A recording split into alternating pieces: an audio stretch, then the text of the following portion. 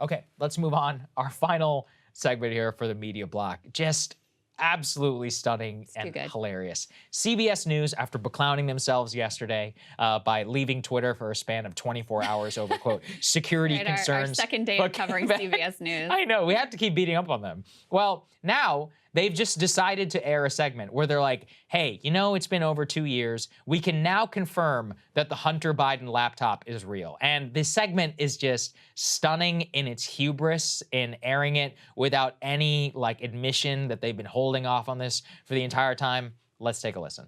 And as Republicans take control of the House, Hunter Biden, the president's son, will be a target for investigations. And that means data from a laptop reported to belong to Biden could be crucial to the investigatory process. CBS News has obtained its data not through a third party or political operative, but directly from the source, who told us they provided it to the FBI under subpoena.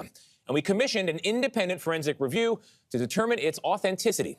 Senior investigative correspondent Catherine Harris joins us now with what we found. Catherine, I'm very interested. Good morning.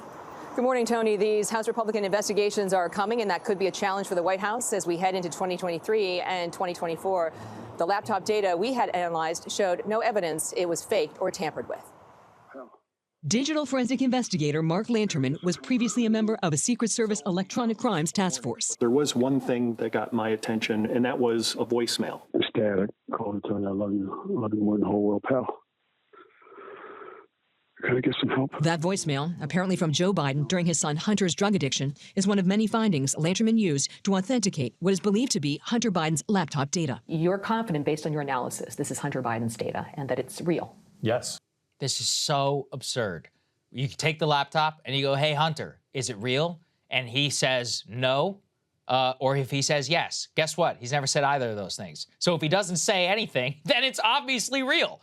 All of the photos, look, some real tawdry stuff that has come out from there. It's obviously real. There's never been a question since the day after it was released, and they didn't deny it. Every single thing off that laptop is real. They are welcome to dispute that at any time. I remember during WikiLeaks, they kept trying to say, maybe some of these emails were faked by the Russians. Right. Like, which one? All right. Which one is fake? Name one fake email. One email. Unbelievable. It's it's November 22nd, 2022. We learned about this in October of 2020. I'm so curious what why made even them get around to it now. I don't know. It is astonishing. I don't get it.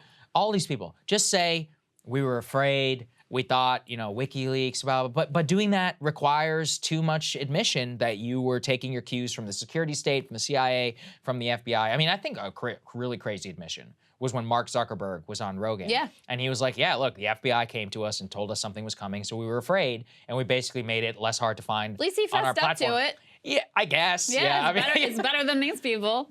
And these people are just like, yeah, we've confirmed that it's like, you're just beclowning yourself. Everyone in this country knows that that thing is real. Now, to the extent that it matters or not, we could talk about that. Absolutely. But this is the issue. They refuse to give any credence. They won't give any investigation. I mean, some of the stuff Hunter was engaged in was sketchy. And look, it does appear that there is a chance, I'm not saying necessarily high chance, given what we know yet, that Biden was involved, at least on some level, of facilitating transactions, possibly getting some money out of this. I mean, he's having these people get, anyway, in terms of using the White House and its platform for Hunter's business dealings, that is a scandal. I think it should be rightfully investigated, and it should be investigated by the news outlets, just like the New York Times just did a piece on the Saudi Arabia and Donald Trump. And if legitimate news outlets don't do it, then we're left with the freaking Republican House caucus and their totally bad faith investigation that they're planning.